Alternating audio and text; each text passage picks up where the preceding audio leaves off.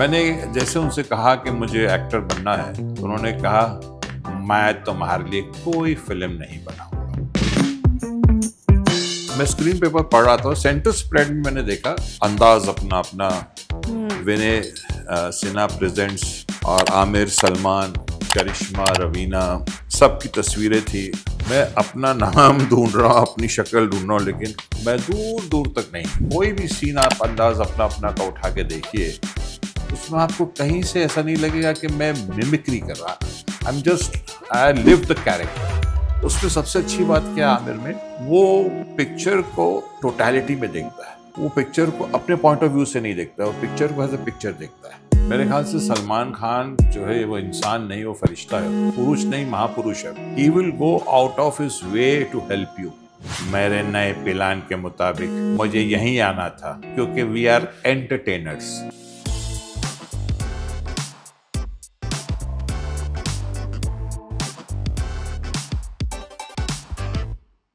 Shahzad sir, welcome to radio city.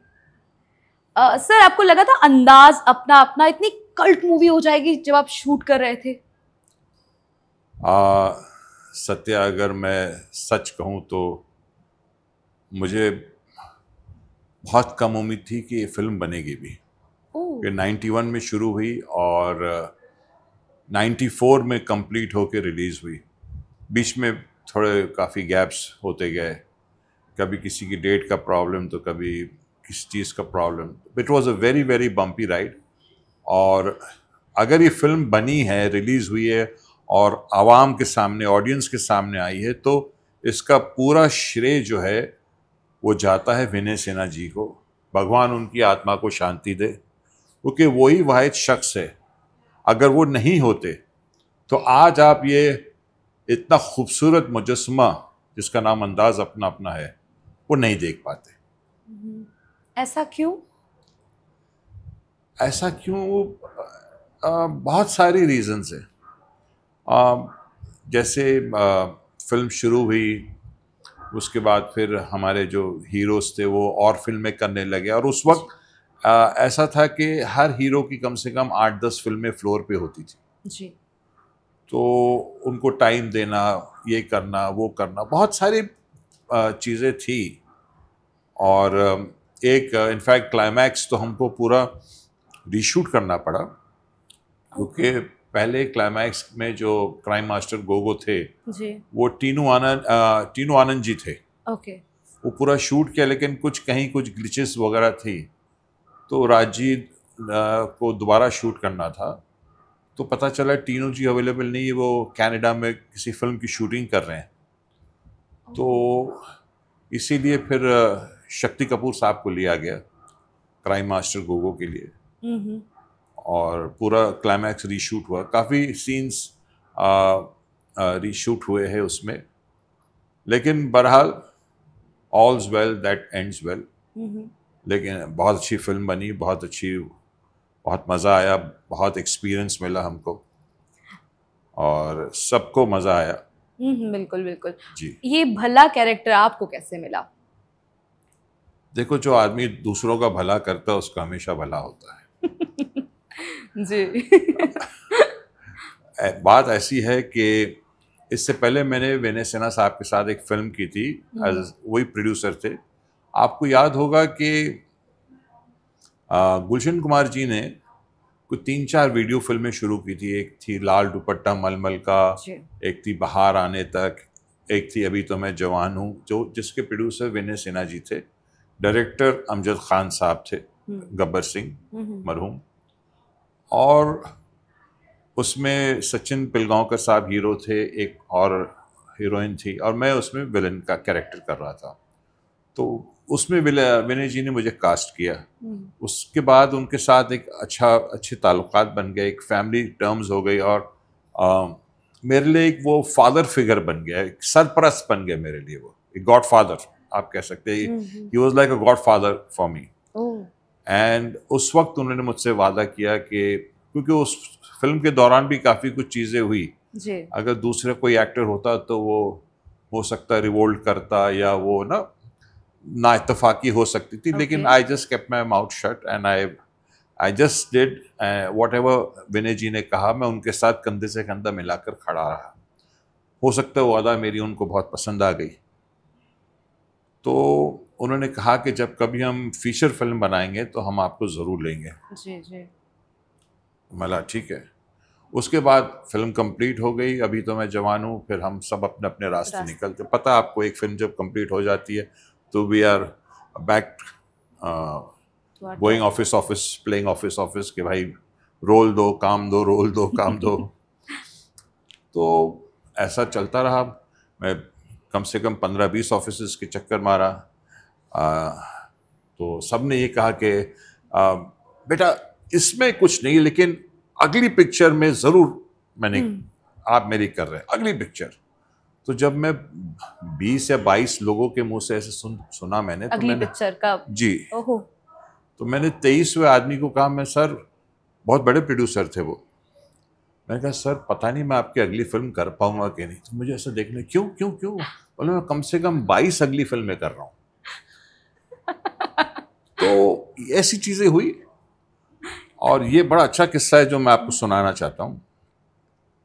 बात ऐसी हुई कि स्क्रीन पेपर आता था जी। उस ज़माने में, 90s में, जिसमें सारी फिल्मों की एड्स, जो फिल्में नई शुरू हो रही है वो उनके वो सब चीज़, मुहूर्त, सॉरी, सब आता।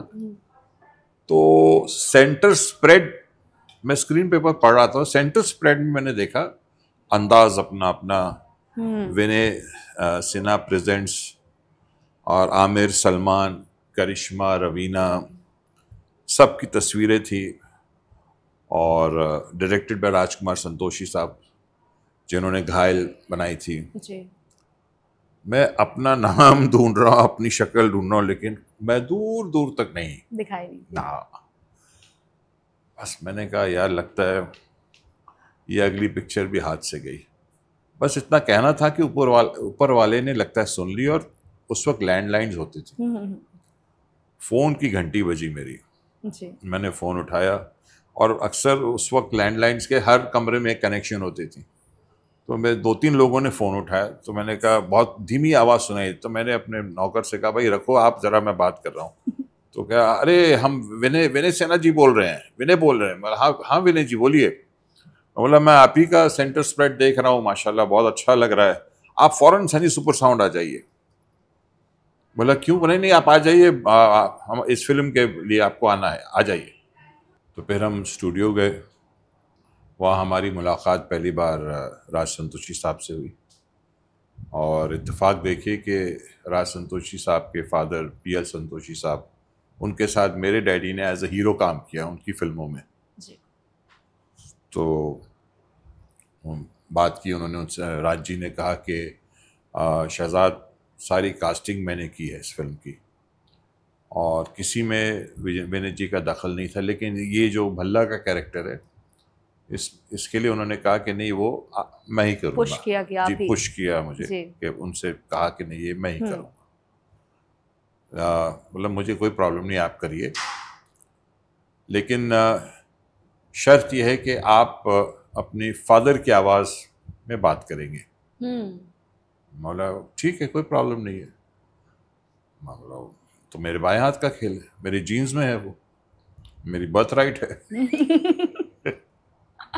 बट आपने जब अपने फादर की एक्टिंग पे, मतलब मिमिक्री करी आपने अपने फादर की, वो होता है ना कि मुझे अपना कुछ अलग बनाना है, अलग खड़ा करना है, खुद का कुछ करना है। फादर की मिमिक्री आपको थोड़ा सा लगा नहीं खुद से कि अरे पापा की मिमिक्री तो मैं घर में ही कर लेता हूँ, ये मैं प्रोफेशनली? एक्चुअली वो देखिए, उसे मिमिक्री नहीं कह सकते आप, उसे वो कैरेक्टर प्ले करना कर। Okay. I played his character. Mimicry वो होती जो स्टेज पे खड़े होके स्टैंड अप कॉमेडियंस जो है, वो जो हंसाते हैं और अलग अलग एक्टरों की आवाज़ निकालते हैं। अब आप मुझसे कहेंगे कि किसी और एक्टर की आवाज़ निकाले, तो मुझसे नहीं निकला जाएगा, जो खून में था वही निकला। हाँ, क्योंकि मेरी आवाज़ कुछ हद तक मेरे वालिद साहब की आवाज़ में मिलती है जी। तो मेरे लिए थोड़ी आसानी हो गई। लेकिन आप इसकी कोई भी सीन आप अंदाज अपना अपना का उठा के देखिए, उसमें आपको कहीं से ऐसा नहीं लगेगा कि मैं मिमिक्री कर रहा। I am just I live the character, I am playing the character of Bhalla. अब भल्ला की आवाज ऐसी है, वो एक अलग बात है। ओके। हाँ, बट ये जरूर है कि सूटेड बूटेड था, और एक स्टेट का मैनेजर, जैसे मुझसे कहा गया था कि he is a manager of an state. State रईसों के मैनेजर्स हमेशा सूटेड बूटेड और वैसे रहते हैं। सो आपकी फीलिंग क्या थी जब आपको बोला गया कि फादर का आपको उनकी आवाज में ही एक्ट करना है? मुझे लगा no problem, it's a character which I will be playing. और मुझे नहीं पता था कि उनकी आवाज़ निकाल के और वो फिल्म जो है वो मेरी एक पहचान बन जाएगी। बिल्कुल। जैसे शोले जो गब्बर सिंह की पहचान बन गई, सांभा की पहचान बन गई। बसंती तो पहले से थी और सबको पहले से पसंद थी।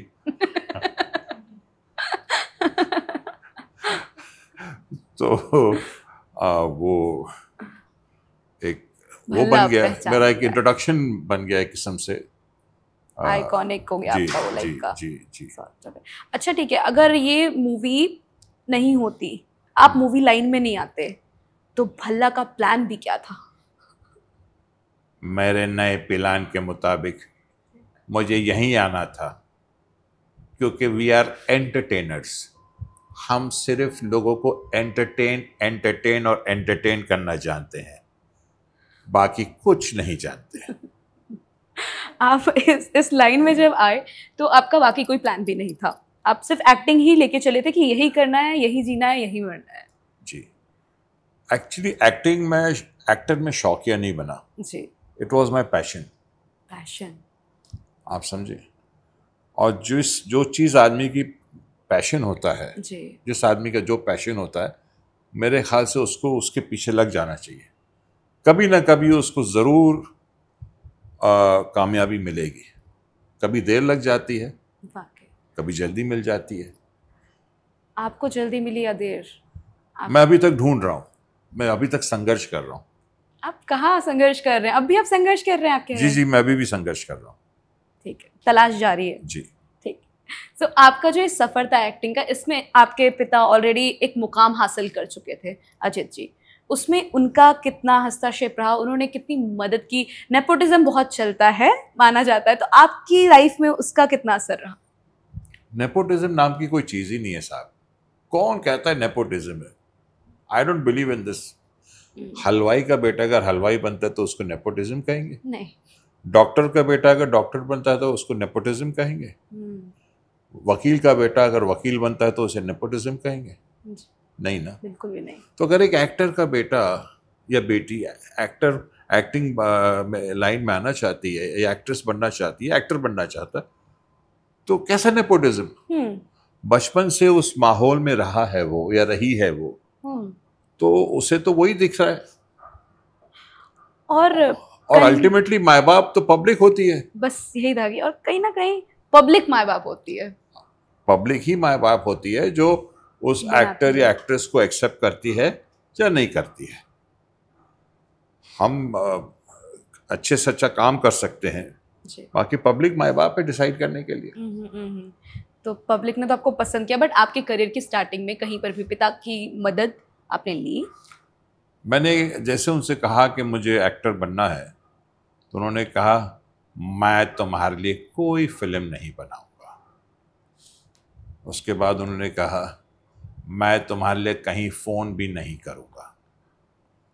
और उसके बाद उन्होंने कहा और हो सके तो ये कहिएगा भी मत कि आप मेरे बेटे हैं, एज अ स्ट्रगलर स्ट्रगल करिए।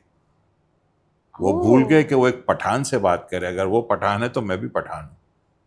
मैंने भी, कहते हैं ना, कसली कमर, और कहा कि मैं इनका नाम कहीं नहीं इस्तेमाल करूँगा। और कुदरत का खेल देखिए कि उन्हीं की आवाज़ निकाल के मैं एक किस्म से लॉन्च हुआ। हाँ वाकई उन्हीं की आवाज़ की धुरी। वाह वाह। बट वाकई वो इतने सीरियसली ऐसे ही बात करते थे जैसे मूवीज़ में उनके जो डायलॉग रहते हैं, जैसे आपने बोला ये 3 लाइन, ये घर में ऐसे ही बात करते थे? देखिए, अगर हिटलर के बाद किसी को टाइटल मिल सकता है तो मेरे फादर है। वो जैसे स्क्रीन पे नज़र आते थे जी, घर में भी वैसे ही होते थे। सिर्फ मोना नहीं होती थी, बाकी बहुत ही उसूल परस्त। क्योंकि मेरे ग्रैंडफादर जो थे बशीर अली खान साहब, वो निज़ाम की आर्मी में थे जी। और उनको एकदम मिलिट्री जैसी ट्रेनिंग होती ना वैसी दी गई थी। तो इसीलिए उन्होंने सेम चीज़ें हम पे आजमाई। Rules regulations. Yes yes yes, absolutely, very very very strict. आंख का इशारा हम समझ जाओ, उनको बोलने की जरूरत तक नहीं पड़ती थी। आप डरते थे पापा से? डरता नहीं था, घबराता था। तो वो जब गुस्सा करते होंगे तब कभी ऐसा गुस्सा किया उन्होंने आप पे कि? नहीं, गुस्से तो नहीं, 1-2 बार छड़ी से मार पड़ी है। ओह। वो मारते कि मैं हंसता गया तो और पड़ी। अच्छा, आपने उनकी आवाज में कॉमेडी करी ऑलमोस्ट ना, कॉमेडी है, लोगों को हंसी आई आपके कैरेक्टर से, और वो एकदम सीरियस कैरेक्टर थे, मतलब जो वो प्ले करते थे वाज वेरी सीरियस। जब उन्होंने अंदाज अपना अपना देखी तो उनका क्या रिएक्शन रहा? उन्होंने पहले तो अंदाज अपना अपना देखी नहीं, जब लोगों से उनको फीडबैक मिलने लगा कि भाई तुम्हारे बेटे ने बहुत अच्छा काम, लेकिन तुम्हारी धज्जियाँ उड़ा दी है, तुम्हें कॉमेडियन बना दिए हो, तो इन्होंने शायद 2-5 मिनट के लिए देखी और उसके बाद कहा दोबारा ऐसी हमाकत मत करना। और वो आप अब तक कर रहे हैं, देखिए। वो तो मैं कर रहा हूँ क्योंकि ये पब्लिक की डिमांड है। ये पब्लिक है जो मांगती है जी, दे रहे, हम एंटरटेनर है। हम एंटरटेनर है भाई, हम सिर्फ ये जानते हैं। अच्छा, हमने कहीं पढ़ा कि आप और सलमान खान बचपन के दोस्त हैं, काफ़ी, मतलब चड्डी बडी काइंड ऑफ। तो आपकी दोस्ती कब से है और किस तरह की दोस्ती है आपकी? एक्चुअली हम लोग कड़की के ज़माने के दोस्त थे, क्योंकि मेरे फादर मरहूम अजीत साहब जो है वो सलीम अंकल को इंदौर से यहाँ बॉम्बे लेकर आए। अच्छा जी, और उनको अपने छोटे भाई की तरह रखा, प्यार किया, उनको अपने घर में भी रखा सलीम अंकल को। ओके जी, शुरुआती दिनों में। जी जी जी। और उसके बाद अगर जो सलमान की मम्मी हैं, उनके फादर जो थे वो मेरे डैडी के डेंटिस्ट थे, तो उनकी शादी में भी मेरे डैडी का बहुत बड़ा योगदान रहा। तो बहुत ही पुराना हमारा रिश्ता है सलीम अंकल के साथ। जी जी जी। सबसे बड़ी बात यह है कि उनके फादर और हमारे फादर जो है बहुत करीबी दोस्त।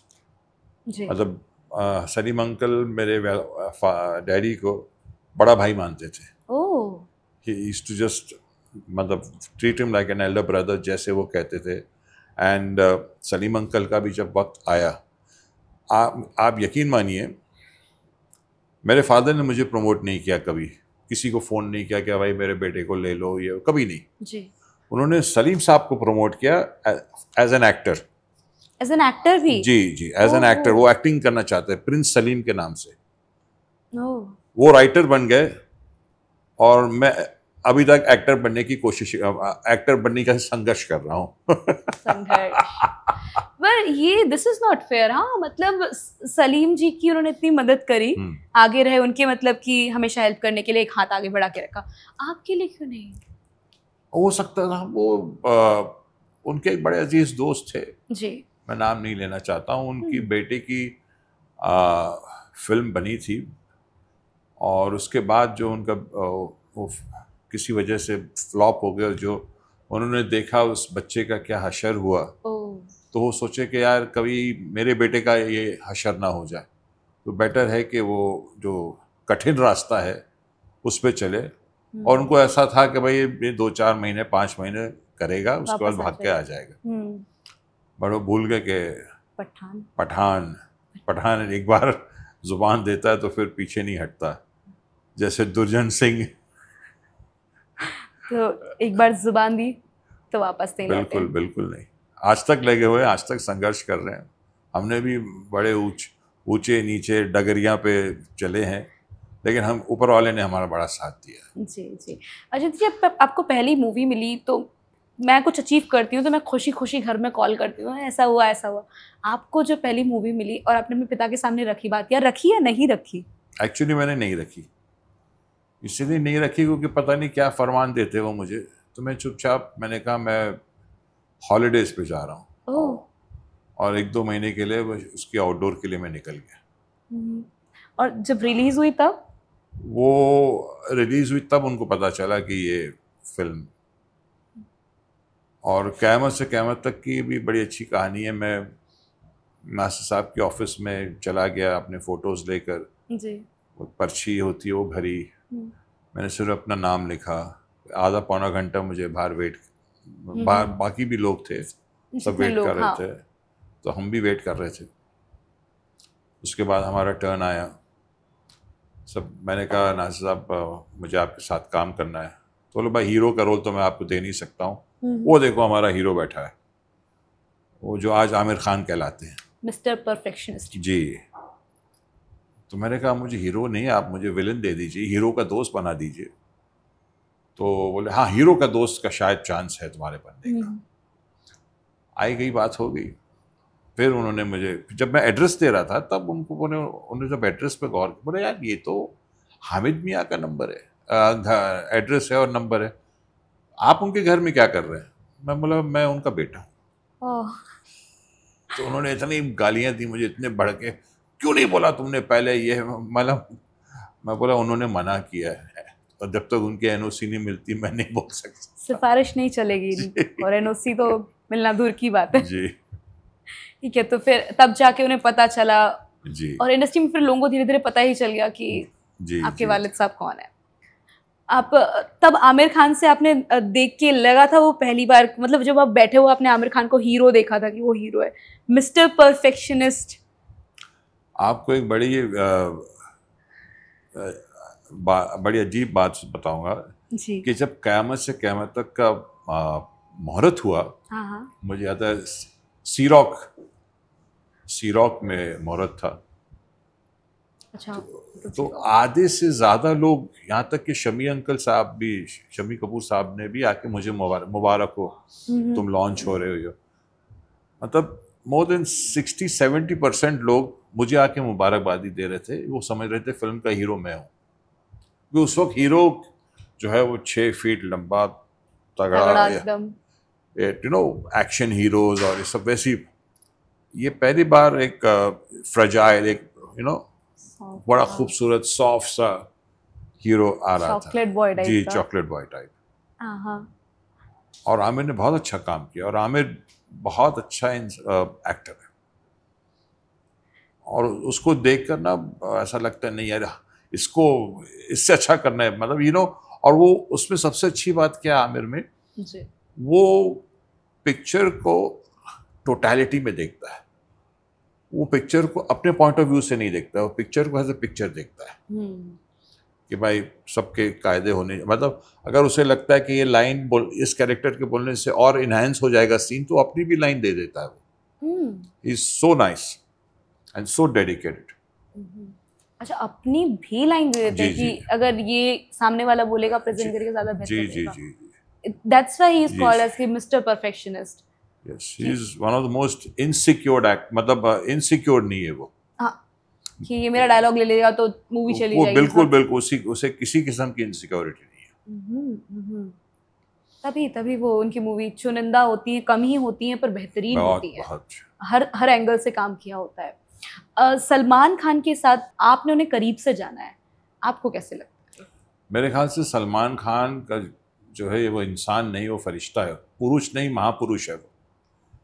सलमान के कान में सिर्फ बात फूकने की देर है, आपकी तकलीफ जी। He will go out of his way to help you, that is what Salman Khan is.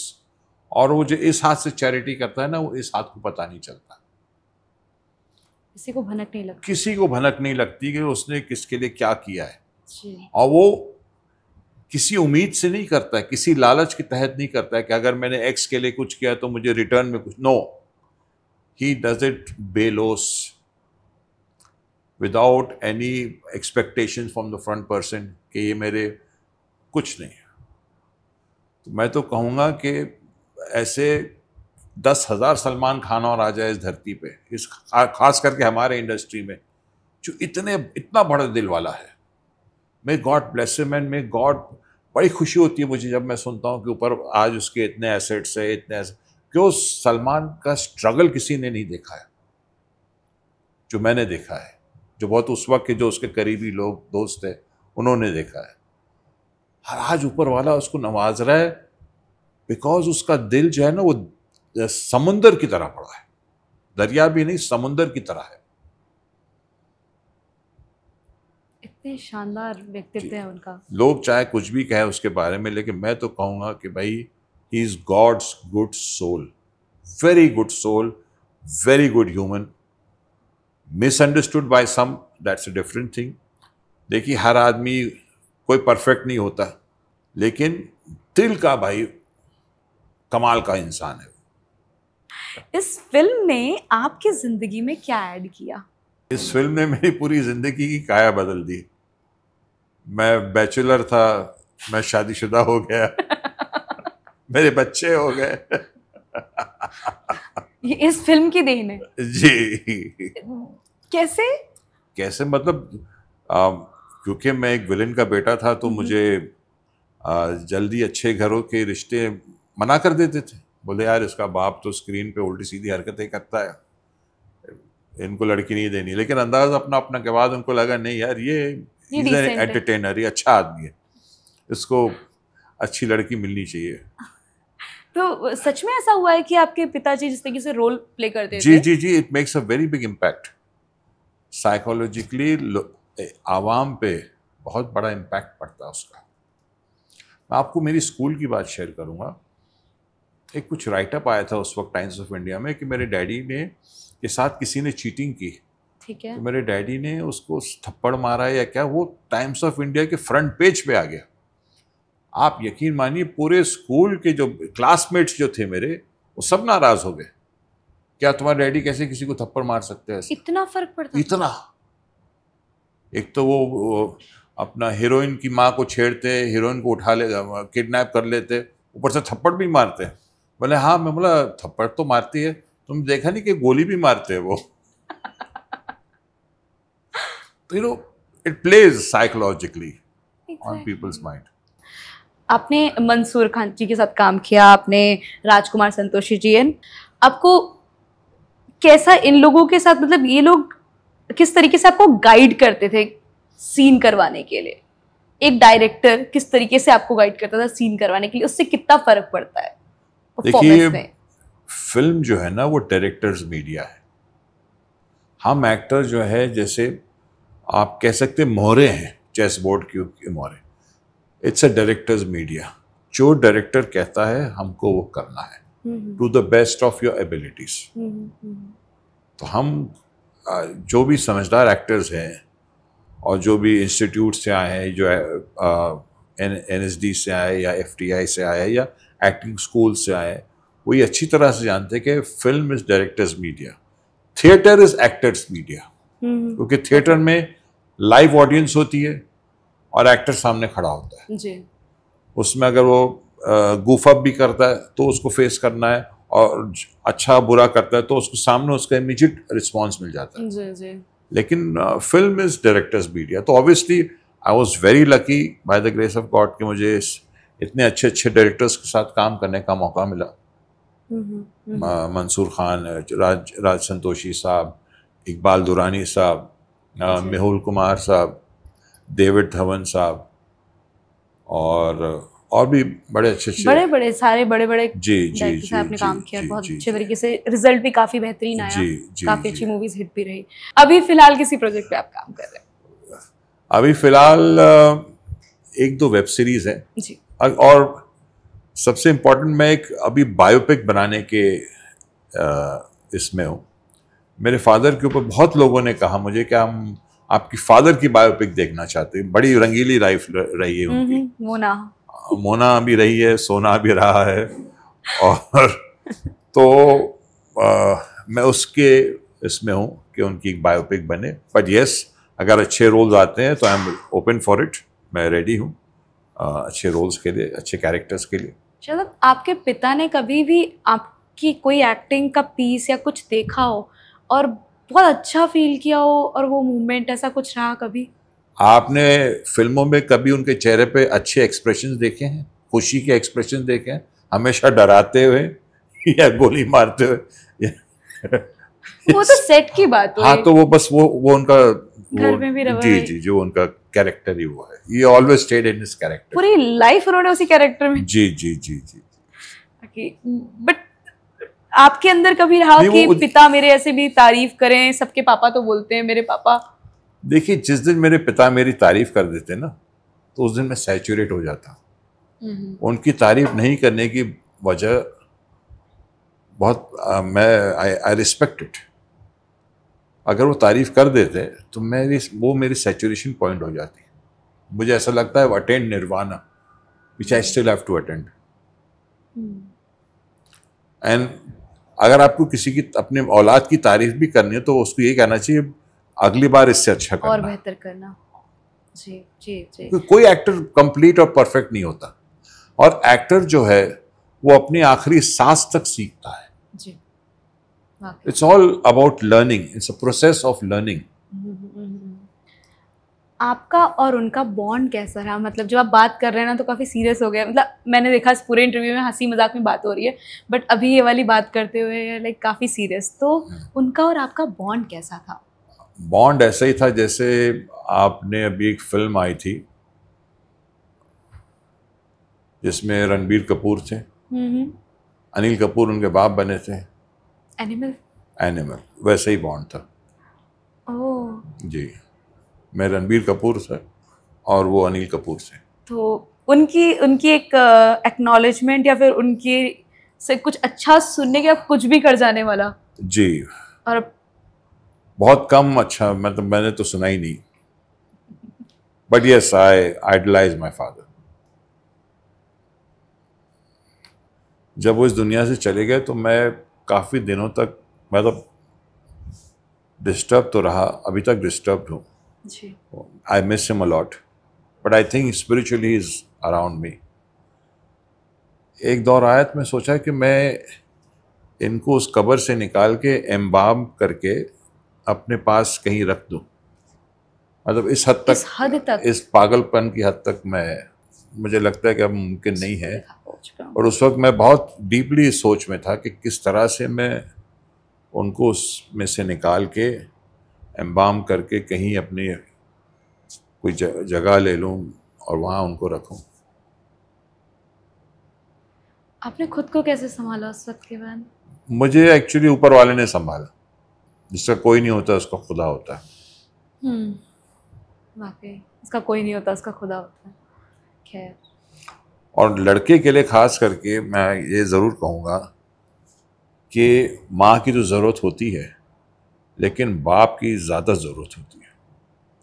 बाप वो होता है जो लड़के को अपने से बेहतर बनाना चाहता है। वो ये देखता है कि मेरा ये लड़का मुझसे आगे निकले, मुझसे बेहतर बने, इंसान बने, जिस फील्ड में जाए उसमें बने। और आपने किया भी? मैं अभी तक कोशिश कर रहा हूँ। मैं ये नहीं कह सकता हूँ मैंने किया, मुझे लगता है 0.5% ही अटेंड किया। शहजाद जी, कभी कोई परफेक्ट नहीं बन पाता है। आखिर मुझे ऐसा लगता है कि जन्म से लेके मौत तक इंसान कोशिश ही करता रहता है अच्छा करने की और बेहतर करने की, क्योंकि बेस्ट कुछ है ही नहीं। हमें बस वहाँ बेस्ट के पास करीब और करीब जाना होता है। सो आप बहुत करीब हैं और आपने बहुत अच्छा किया है। दैट्स व्हाई आपको लोग प्यार करते हैं, लोग पसंद करते हैं, तभी आपको दूसरा प्लान बी की ज़रूरत नहीं पड़ी। मेरे नए प्लान के मुताबिक देखिए अब आगे क्या स्टोर है मेरे लिए, ये ऊपर वाला ही जानता है। सारी प्लानिंग वो करता है और बिल हमारे नाम फाड़ता है। जी बिल्कुल। Thank you so much Shahzad ji हमारे साथ रेडियो सिटी में जुड़ने के लिए। फिलहाल इस वीडियो में इतना ही। ऐसे ही वीडियोस के लिए रेडियो सिटी को ज़रूर सब्सक्राइब करें। रेडियो